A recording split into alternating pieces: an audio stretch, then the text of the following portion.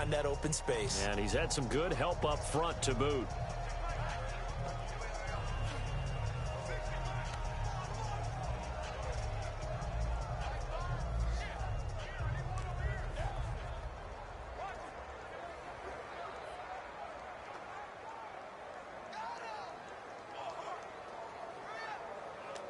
So 1st and 10 now from the 30.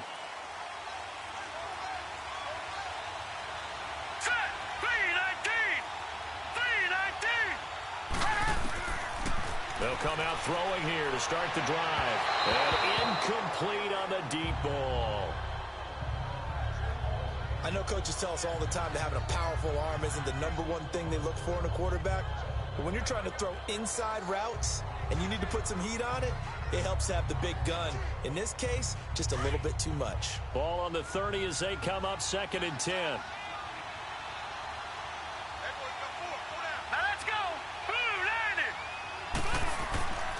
He'll try again with the arm here on 2nd down. And this will be incomplete. Certainly looked like maybe his 3rd or his 4th read on his progression. Just trying to find his outlet man that time. Ends up leading him just a bit too much. So back-to-back incompletions, and that has him staring at a 3rd and 10. All right, here we go. He'll drop to throw. Well, he can't quite pick it. No interception so far. That probably should have been their first, but at least it's 4th down. Not only was the call spot on, how about the execution of that defense right there? The zone was absolutely locked up tight. He was trying to force it in there on 3rd down. But if there's a time to force it, he felt like he needed to make a play, right? Yeah, exactly right. 3rd down, you got to try and find something. There's nothing available there for him.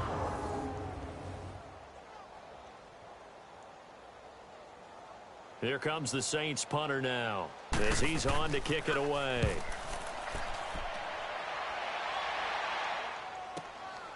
And this will be taken at the 13. A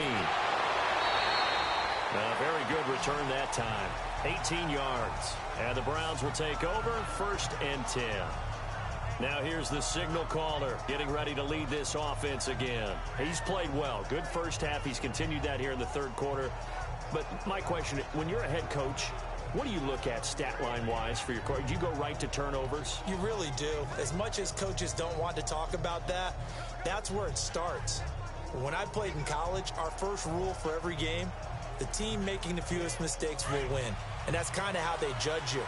Do you take care of the ball, not turn it over, keep it in the proper hands, and give your team a chance to win? Well, that's what he's done here in this one so far. They go play action here on 1st down. Finding a safety valve here. That's complete.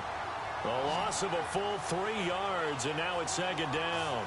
Well, that was a simple throw and catch, but even with that completion, 0 yards gained, so they're behind schedule on down and distance. I think they were hoping to get it to him. He could make a man or two miss, but that window closed quickly.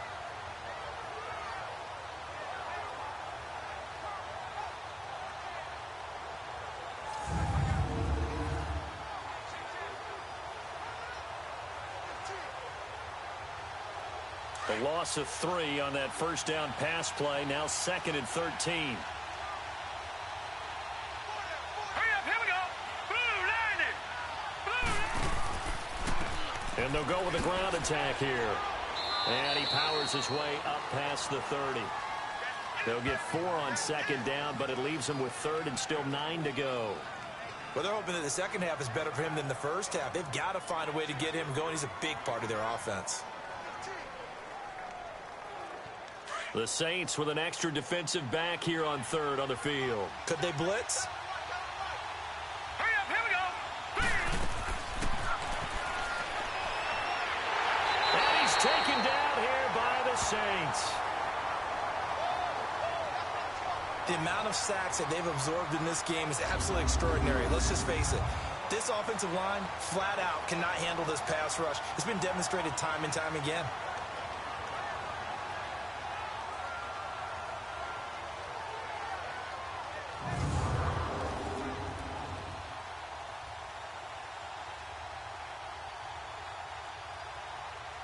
The Browns send out their punter now.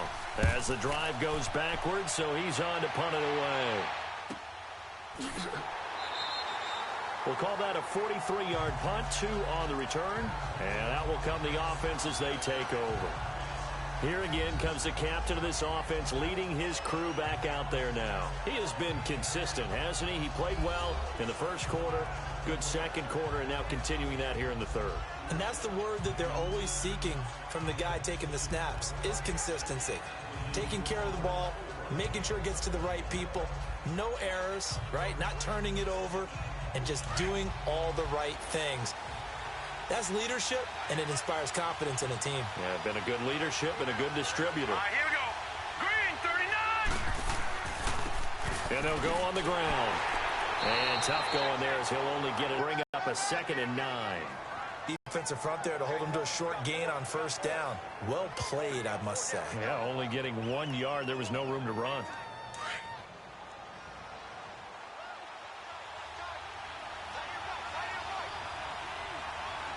Let's go. And on the ground they go with a running back. And they take him down, losing yardage back at the 27. It'll be a loss of a full 3 yards there, and it also brings up 3rd down. I know they've got to be careful not to go to the well too often, but it's a fine line, isn't it? Because sometimes, if you got success, you want to just keep pounding away. But no success there. They rallied quickly on the defensive end.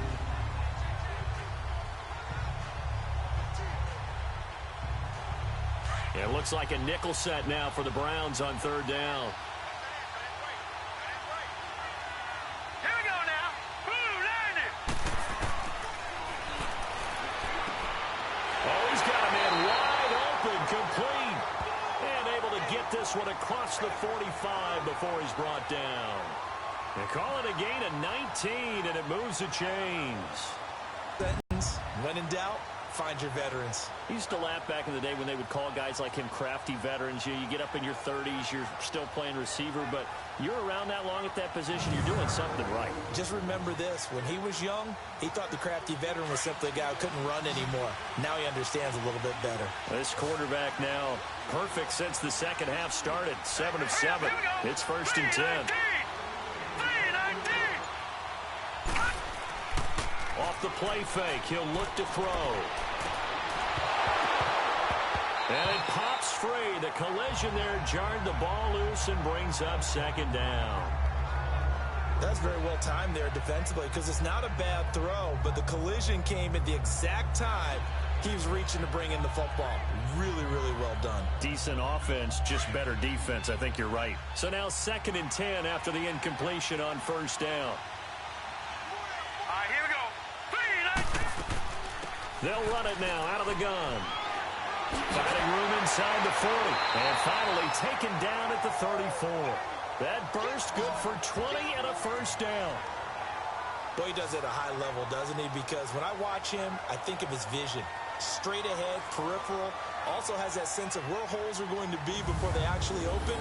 I think that helps set him apart from many of the other backs in the league.